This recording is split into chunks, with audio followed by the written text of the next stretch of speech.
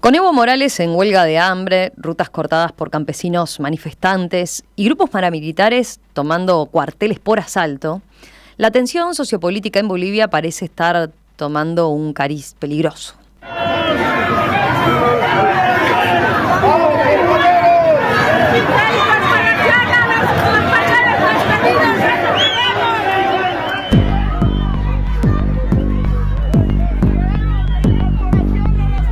Morales y el presidente Luis Arce, quien fue su ministro de Economía entre 2006 y 2019 y que supo ser su delfín político, ya venían fuertemente distanciados. Pero el enfrentamiento se disparó a principios de octubre, cuando el exmandatario fue acusado de abusar sexualmente de una menor de 15 años en 2016, cuando todavía ejercía el poder.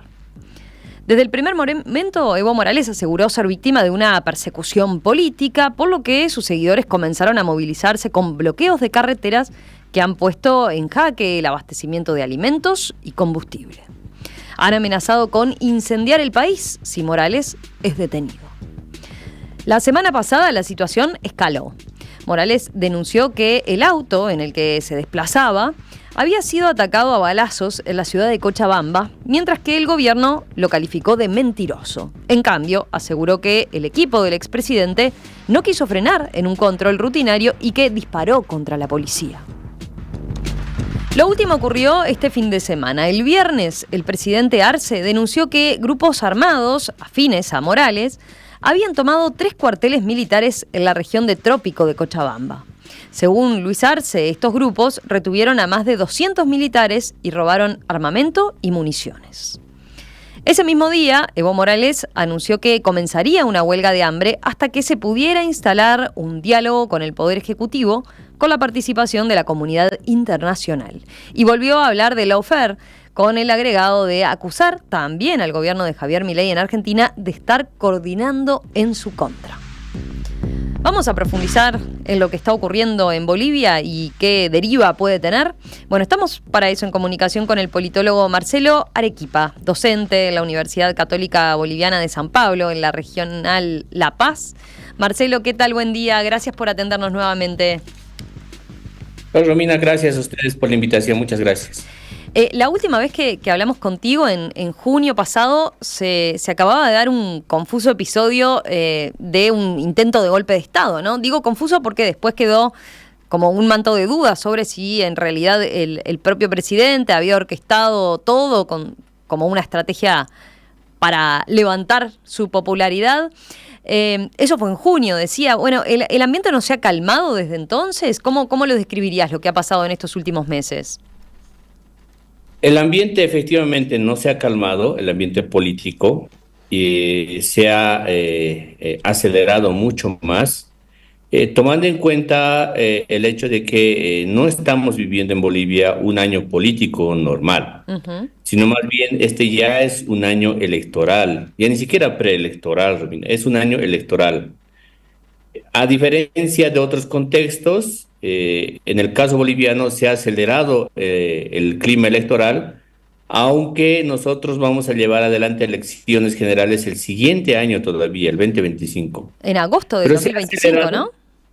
Sí, sí, sí, se ha acelerado porque Evo Morales necesita resolver su situación interna dentro del MAS y necesita por todas las formas posibles el ser denominado como el candidato único dentro del MAS. Uh-huh. Y también las oposiciones políticas necesitan tener nombres de quienes van a competir contra el MAS en la siguiente elección. Entonces ya estamos en un año electoral claramente y entonces por eso el ambiente político no se ha calmado. Claro. Ahí por las dudas pongo de contexto para los oyentes. Está esta rivalidad en la propia interna, ¿no? del movimiento al socialismo, en la propia interna del MAS, entre el presidente Luis Arce y Evo Morales, que, como decías, Marcelo, quiere volver a ser candidato claramente, pese a que Arce señala que, bueno, que constitucionalmente no puede, ¿no? Que está impedido. Sí, y más aún ahora, en este tiempo en el que se están llevando adelante bloqueos de caminos y escenarios de violencia muy fuerte desde el sector evista, con la toma de los cuarteles, la violencia contra los policías, violencia contra los periodistas, que eso es bien importante, no había pasado hasta ahora en el país, violencia contra médicos que están yendo a atender a la gente en los bloqueos. Ujú. Todo ese escenario que acabo de describir ha hecho o genera como resultado el hecho de que Evo Morales haya roto absolutamente lazos electorales con la clase media urbana en Bolivia. Hay una clase media urbana en Bolivia que hoy día ha roto cualquier tipo de relación electoral con Evo Morales, y eso lo imposibilita a él ahora Ujú. mismo de que pueda pensar siquiera en ser una opción electoral en Bolivia. O sea que la tiene realmente complicada entonces desde el punto de vista electoral.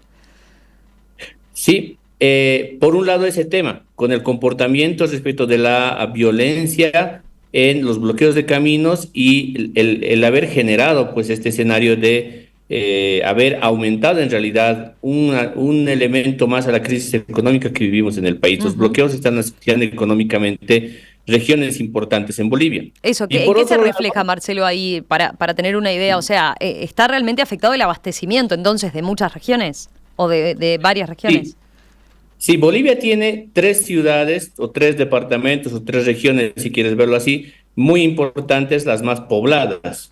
Son La Paz, Cochabamba y Santa Cruz.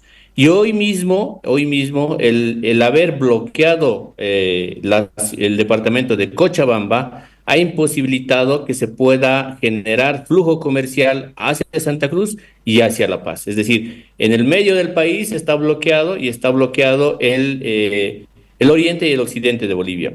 Eso está imposibilitando que se pueda comerciar carne que es de, digamos, de primera necesidad de la gente que menos tiene, que es básicamente la carne de pollo, por ejemplo, estoy hablando, Ujú. que ha subido en su precio en el kilo demasiado, mucho en el precio, y eso está generando obviamente que el escenario de inflación y de crisis económica que ya teníamos en Bolivia, que no era bueno, pues ahora se eleve mucho más y termine por afectar a los sectores más vulnerables, a los sectores más pobres. Mm.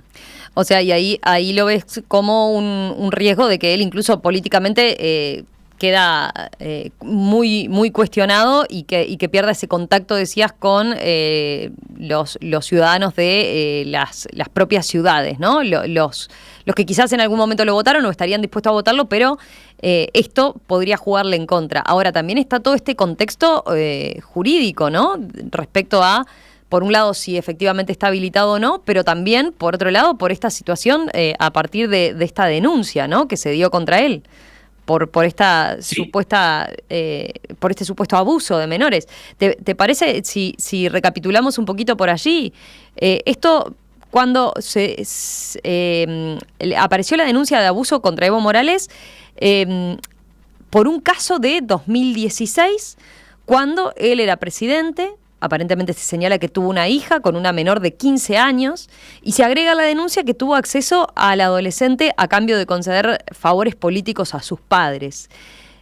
Capaz que ahí hay un punto que convendría explicar, que es que se lo acusa del delito de estupro, que se da cuando un mayor tiene sexo con un menor de edad sin su consentimiento legal, ¿verdad? sí, exactamente. Hay ahí un asunto pendiente en el caso de Evo Morales que se le está empezando o le está empezando en realidad a crecer en contra suya en términos legales, porque a esta denuncia de que él habría tenido relaciones con una menor de edad y producto de eso hay una hija hoy día que está siendo además, igual están siendo buscadas para que puedan testificar estas personas con las pruebas que está recolectando hoy día el órgano judicial en Bolivia. Ya se lo ha convocado a Evo Morales para que vaya a declarar, para que vaya a decir Ujú. su versión de los hechos. No se lo ha arrestado, no se lo ha sindicado, sino simplemente se ha pedido que vaya él a declarar su versión. ¿Cuál ha sido la respuesta de Evo Morales? Ha sido una respuesta negativa, de no asistir. Entonces, esa respuesta, al margen de intentar mostrarse como una supuesta víctima del sistema judicial, Ujú. más bien está jugándole en contra, porque al no ir, al no asistir y al no dar su versión de los hechos y al no mostrar que él no tiene absolutamente nada que ver en el tema, si es que esa es la estrategia, el resistirse a asistir a la declaración judicial lo está complicando aún más. Más aún tomando en cuenta que ya hay otra denuncia, no solamente dentro de Bolivia, sino también afuera, en Argentina concretamente, donde él ha estado viviendo varios meses durante el año 2020. Entonces, hay una denuncia más en Argentina. Existe un libro de un periodista argentino que publica hace muy poco atrás, de Martín Sivak, que él relata el día a día de la vida de Evo Morales en Argentina. Yo lo he leído y hay Ujú. un par de pasajes que lo complican bastante a Evo Morales, que va a tener que explicar, obviamente, ese tema. Sivak habla de una señorita que vivía con Evo Morales y que en una ocasión este periodista le había preguntado y le había dicho a Evo Morales, ¿no sería bueno que de una vez por todas transparentes y digas públicamente sobre este tema de tu relación? Ujú. Y él se calló y más bien se enojó con él. Entonces, hay varias cosas que se están recolectando seguramente en Argentina y que lo van a convocar también. Ahí sí se lo complica mucho más. Entonces, por un lado, en términos legales, Evo Morales hoy día tiene problemas para ser candidato en términos constitucionales, tiene problemas en este tema judicial con su relación con menores de edad, pero también tiene problemas en términos de la legitimidad de lo que hablábamos al Claro. principio de esta ruptura con la clase media urbana. Marcelo, te pregunto, volviendo a este aspecto, ¿no? Al de las denuncias que está recibiendo en su contra. ¿Sorprendió en Bolivia? ¿Fue novedosa realmente esta denuncia por este caso de 2016 y por por este abuso con el cual habría tenido una niña? ¿O era algo que ya estaba presente, del cual ya se había hablado, de lo cual ya se había hablado? Era algo que ya se había comentado, pero era algo sobre lo que no se había hecho cosas, es decir, no se habían hecho diligencias, no se habían hecho gestiones en el sistema judicial, como se Ujú. están haciendo ahora. Entonces, claro, levanta mucho más polvo, mucha más indignación este tema, porque efectivamente ahora se está llevando adelante toda una investigación judicial sobre el tema. Y eso obviamente lo compromete a él aún más. Entonces, en el caso de Evo Morales, a diferencia, por ejemplo, de Lula, Ujú. que fue quien entró a la cárcel y la cárcel le sirvió más bien para él mismo salir mucho más fortalecido. En el caso de Evo Morales parece que no es esa la opción, no es la alternativa, porque hay una resistencia muy grande a poder declarar sobre este tema, incluso pensando en que pudiera entrar a la cárcel y luego se demostraría su inocencia. Evo Morales no está dispuesto a correr, creo, ese camino. Mm. Y por otro lado, ¿qué grado de credibilidad dirías que tiene? Está bien, están juntando elementos, señalabas, ¿no? Pero ¿qué grado de credibilidad tiene la denuncia por ahora? ¿Por qué esta sí efectivamente ha calado, por más que él quizás en otras situaciones había estado involucrado o por lo menos cuestionado por este tipo de Ujú. temas? Lo que pasa es que cada vez salen más documentos, más papeles, más testimonios de este tema de la investigación Ujú. judicial. Y la respuesta que se recibe de parte de Evo Morales es una respuesta a no responder ese tema de sus propios abogados, de enfrentarse con los medios de comunicación y no querer responderlo. Entonces, claro, mientras hay una respuesta negativa, beligerante y confrontacional con la opinión pública, la veracidad de esas pruebas van creciendo aún más. O sea, Claro. es decir, puede ser que esas pruebas no sean contundentes del todo, no sean demasiado claras, pero la respuesta que está recibiendo el levismo Ujú. frente a la opinión pública es lo que está haciendo crecer, creo, y es lo que le está dando más credibilidad a estas cosas. A ver, vamos a escuchar cómo responde él, por ejemplo, cuando se lo ha consultado, ¿no? Ha desmentido, pero sin más, la denuncia o ha contestado así como con evasivas, ¿no? Por ejemplo, cuando dio una conferencia de prensa, hace un mes exactamente decía esto. Evo, ¿es cierto que en 2016 tuvo una hija? Con una menor de Yo, no, yo te preguntaría, ¿cuántos hijos tienes? Dicho que el hijo. Dicho el hijo, no se metan en la familia. No se metan con la familia. La familia es sagrado. Ahí claramente no contesta, ¿no? La pregunta sale totalmente para otro lado.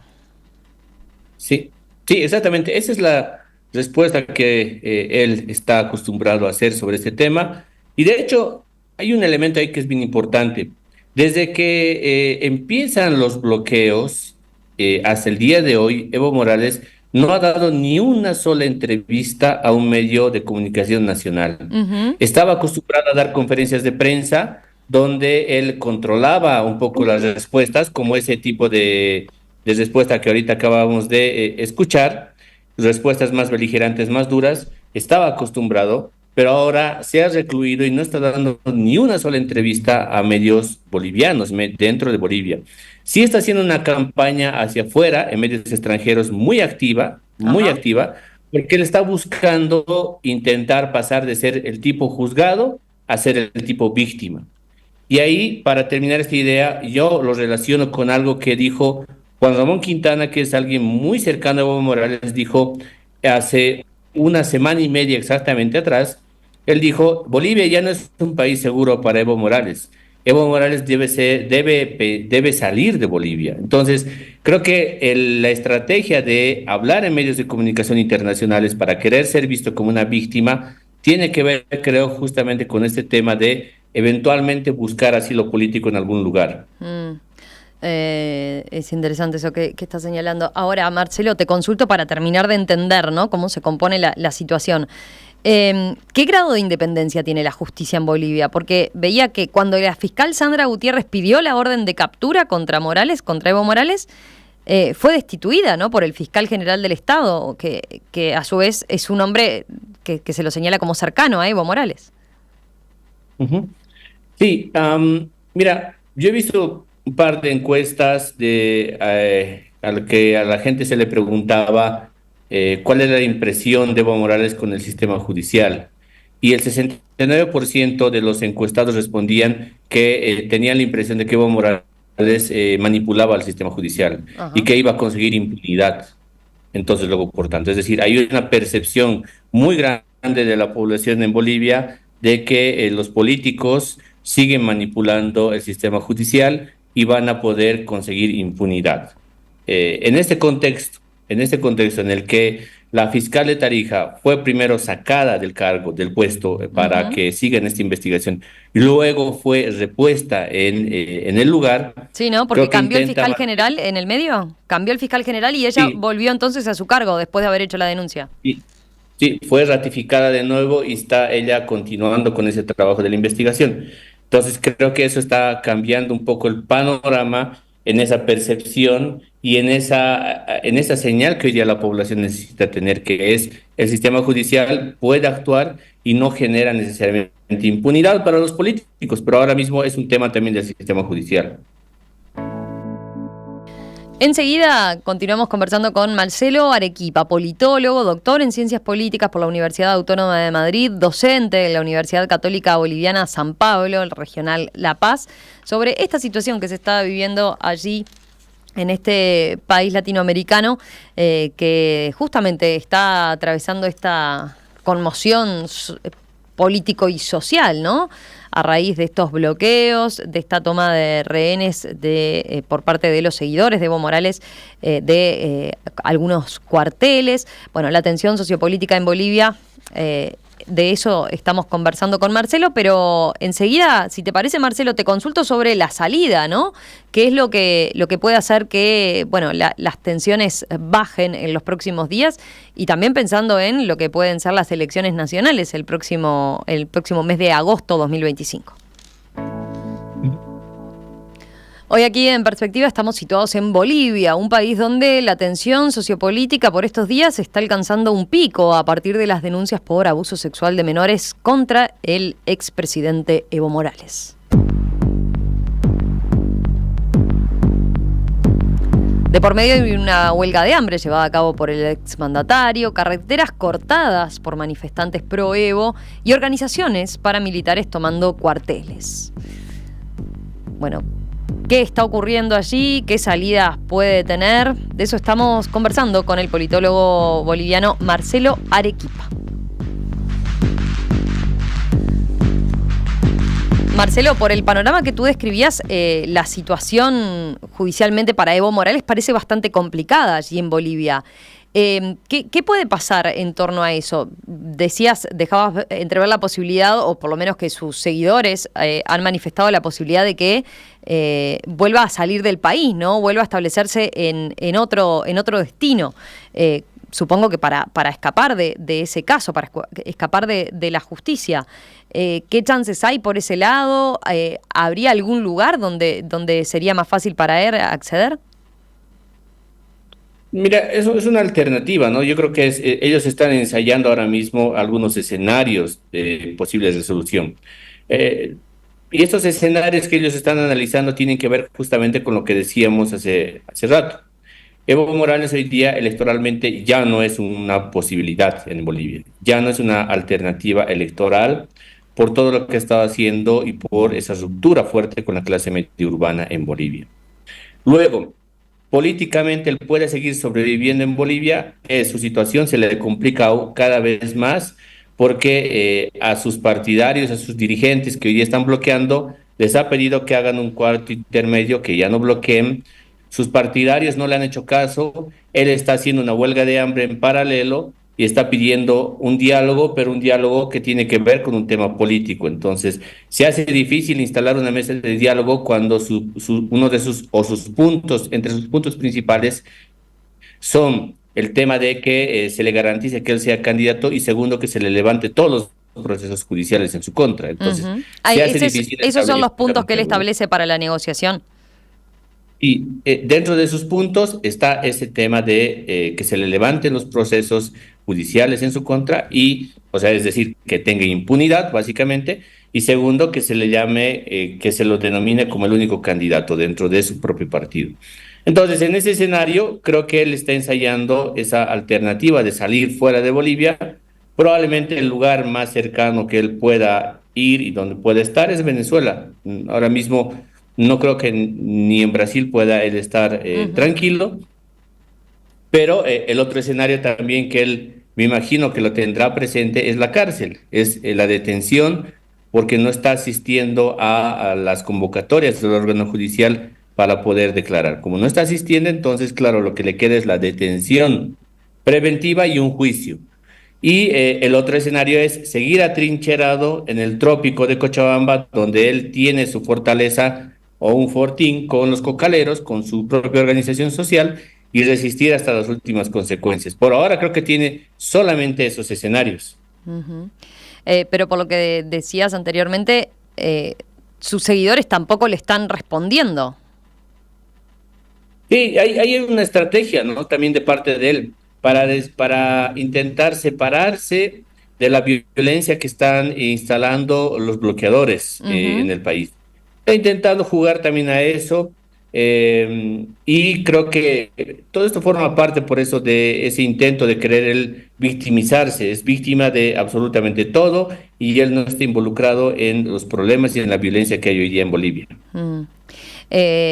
Por último, respecto a la situación y esto que mencionás de la violencia, ¿se sabe qué ha pasado con los militares que fueron tomados como rehenes? Sí, mira, esa es una noticia que ha dado vuelta al mundo porque en ningún lugar se entiende que personal civil pueda invadir regimientos militares y pueda tomar los regimientos militares. Eso en Bolivia es un delito muy grave, es un delito de traición a la patria. Entonces, afortunadamente, las personas que han estado dentro de ese regimiento militar han salido porque el comandante general de las Fuerzas Armadas de Bolivia dio un comunicado y los cominó, les dio un ultimátum para que abandonen esos recintos militares, porque eso no se puede permitir y no se puede generar un escenario que pueda luego derivar en una guerrilla o en algo más extraño. Entonces, ahora mismo han salido, pero está abierta todavía una investigación sobre ese tema. Uh-huh. Mientras tanto, ¿qué opciones tiene Luis Arce, ¿no? Porque mientras, más allá de la situación judicial del propio Evo Morales, tiene a buena parte del país convulsionada, ¿no? Y afectada por esta situación. Sí, Luis Arce lo que tiene que hacer es resolver el tema político, es decir, resolver de una vez y por todas, lo más pronto posible, la interna dentro de su propio partido con Evo Morales, A continuación de eso, debe de una vez también tomar acciones claras y contundentes sobre la situación económica que vive Bolivia, que no es poca cosa, y en esa medida terminar su mandato. El viernes que viene, el 8 de noviembre, Luis Arce cumplirá 4 años de gestión de gobierno. Ujú. Este es ya, y a partir de ahí será el inicio de su último año de gestión. Entonces, es importante que Luis Arce muestre un país que haya terminado con los bloqueos, que esté retomando la cierta normalidad y que anuncie también qué acciones va a tomar de aquí en adelante para reconstruir la economía y poderla dejar más o menos estable para quien venga el siguiente año y quien gane las elecciones el siguiente año y pueda empezar a gobernar. Mm. Pero teniéndola complicada como la tiene el propio Evo Morales, ¿qué panorama hay? ¿Cuáles pueden ser las alternativas dentro del propio MAS, Movimiento al Socialismo? Mira, creo que por eso es importante y fundamental que de una vez por todas este último capítulo que está viviendo el movimiento al socialismo se resuelva. Ujú. Se resuelva para un lado, para otro lado, pero que tenga certidumbre a la población de que los problemas políticos van a dejar de contaminar el escenario del clima económico en Bolivia. Ujú. Está muy unido. En Bolivia no podemos tener estabilidad económica porque tenemos problemas políticos que están dentro de un partido político, pero que están afectando a todo un país. En la medida en la que eso no se resuelva, la certidumbre económica no va a llegar tampoco. Mm. Mm. ¿Nunca se ha planteado, o se ha planteado y no lo ha hecho, Evo Morales, de ir por presentarse incluso como candidato, pero por fuera del MAS, del Movimiento al Socialismo? No, porque hay una característica que tiene Evo Morales y es que él se asume como un ser omnipresente. Él es el líder indiscutible y además es dueño del movimiento al socialismo y luego, por tanto, él no puede ni contemplar la posibilidad de no ser candidato dentro del MAS. Mm. O sea, ni la contempla, nunca estuvo planteada. No, no hay una vocación ahí dentro de el comportamiento de Evo Morales, ni de rotar, es decir, ni de alternar el poder, ni mucho menos de dejar el mando del MAS y hacer otras cosas. Bien. Marcelo Arequipa, politólogo boliviano, a quien hemos consultado en varias oportunidades. Marcelo, gracias por atendernos nuevamente. Quedamos en comunicación para ver qué es lo que pasa entonces en los próximos días, en las próximas semanas. Te mandamos un abrazo. Claro que sí. Muchas gracias a ustedes. Un saludo. Chau, chau.